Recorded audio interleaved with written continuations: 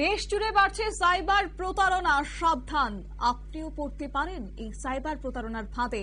কারণ 1,20,000 কোটি টাকা খোয়াতে পারে ভারতীয়রা, এমনই কিন্তু উদ্বেগ প্রকাশ করছে এবার কেন্দ্রীয় সংস্থার পক্ষ থেকে। সতর্কবার্তা জারি করে দেওয়া হয়েছে আইফোর্সির পক্ষ থেকে। দেশ জুড়ে লাফিয়ে লাফিয়ে বাড়ছে প্রতারণার গ্রাফ।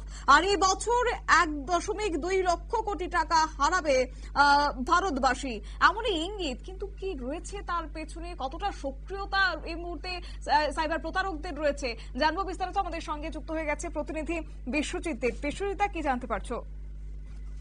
প্রযুক্তির যেভাবে ভাসছে গোটা বিশ্ব তথা ভারতবর্ষ, আর তার সুবাদে কিন্তু জন্ম নিয়েছে অপরাধের এক কালো অধ্যায়, তা হচ্ছে সাইবার জালিয়াতি। গত কয়েক বছরে যা চারাগাছ থেকে হয়ে উঠেছে মহিরুহ। ফিশিং মেসেজ বা ভুয়ো কিউআর কোড থেকে ডিজিটাল অ্যারেস্ট। শুধু গত এক বছরে এসবের জন্য ভারতবাসী খুইয়েছে প্রায় 23,000 কোটি টাকা। দিল্লির একটি বেসরকারি তথ্য প্রযুক্তি সংস্থা ডাটা লিস্টের সাম্প্রতিক রিপোর্ট এমনই চাঞ্চল্যকর তথ্য জানিয়েছে। চলতি বছরে সে অঙ্ক ছাপিয়ে যাওয়ার আশঙ্কা করছে কেন্দ্রীয় সংস্থা সাইবার ক্রাইম কোঅর্ডিনেশন সেন্টার বা আইফোর্সি। তাদের সতর্কবার্তা, 2025 সালে অনলাইন প্রতারণায় দেশবাসী হারাতে চলেছে প্রায় 1,20,000 কোটি টাকা। ফলে এক বিশেষ স্পষ্ট, সময়ের সঙ্গে সঙ্গে ক্রমে আগ্রাসী হয়ে উঠেছে সাইবার প্রতারণা। ফোন করে ওটিপি জেনে টাকা চুরির দিন অতীত।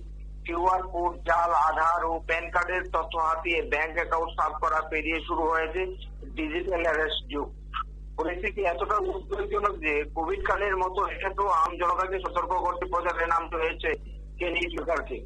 যদিও তাতে কতটা লাভ হয়েছে তা নিয়ে সংশয় যথেষ্ট, কারণ পরিসংখ্যান বলছে 2022 সালে সাইবার প্রতারকদের হাতে যা টাকার অঙ্ক ছিল 2,306 কোটি টাকা, এবং তা বেড়ে হয়েছে 2023 সালে 7,465 কোটি টাকা। সম্প্রতি অনলাইন ফিনান্সিয়াল ফ্রড বা ডিপেক সংক্রান্ত এক রিপোর্টে ডাটা লিস্টের দাবি 2024 সালে তা প্রায় 3 গুণ বৃদ্ধি হয়ে 22,842 কোটি টাকা গিয়ে পৌঁছেছে, বেড়েছে অভিযোগের সংখ্যাও শতাব্দী।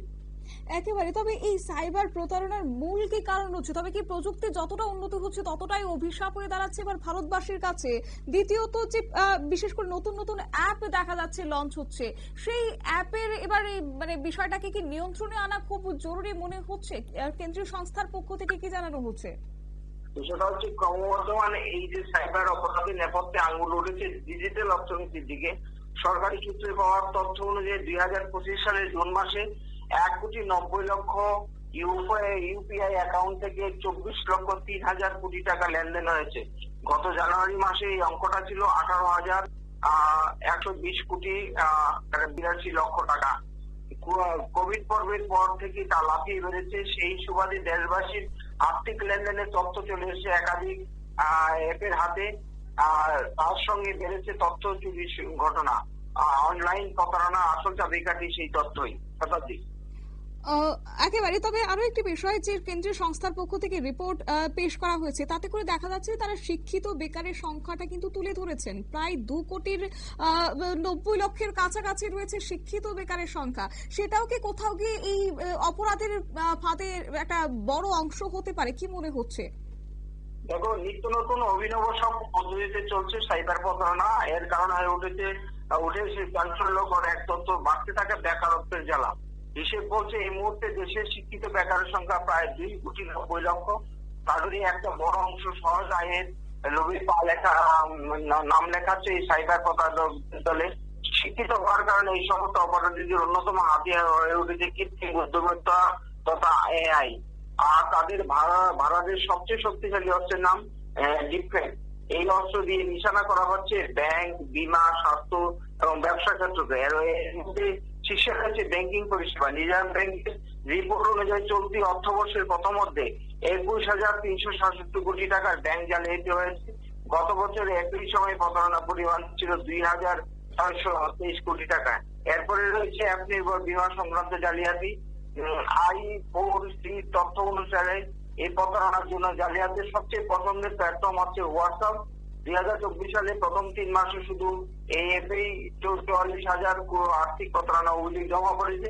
তার তালিকা রয়েছে টেলিগ্রাম, ইনস্টাগ্রাম, ফেসবুক এবং ইউটিউব। এবং সাইবার প্রতারণার সচেতনতা প্রসারের পাশাপাশি কঠোর আইন পাশ করেছে কেন্দ্র। তাতে কতটা রাশ টানা যায় এখন সেটাই কিন্তু দেখার। শতাব্দী, ধন্যবাদ। আপনারা শুনলেন, অর্থাৎ কেন্দ্রীয় সংস্থা সাইবার ক্রাইম কোঅর্ডিনেশন সেন্টার বা I4C, তাদের পক্ষ থেকে যে রিপোর্ট পেশ করা হয়েছে তাতে করে উদ্বেগ ক্রমশই বাড়ছে। সেই জায়গায় প্রযুক্তিও যেন একটা অভিশাপ হয়ে দাঁড়াচ্ছে তা কিন্তু আর বলার অপেক্ষা রাখে না। আর তার পেছনে মূল কারণ হচ্ছে এই কৃত্রিম বুদ্ধিমত্তা। তাই প্রত্যেককে যেন সাবধান হয়, প্রত্যেকেই যেন নিজের সাবধানতা অবলম্বন করেন, সেই এবার পরামর্শ দিচ্ছে কেন্দ্রীয় সংস্থা। নিয়ে নিচ্ছে ছোট্ট একটি বিজ্ঞাপন বিরতি, সঙ্গে থাকুন।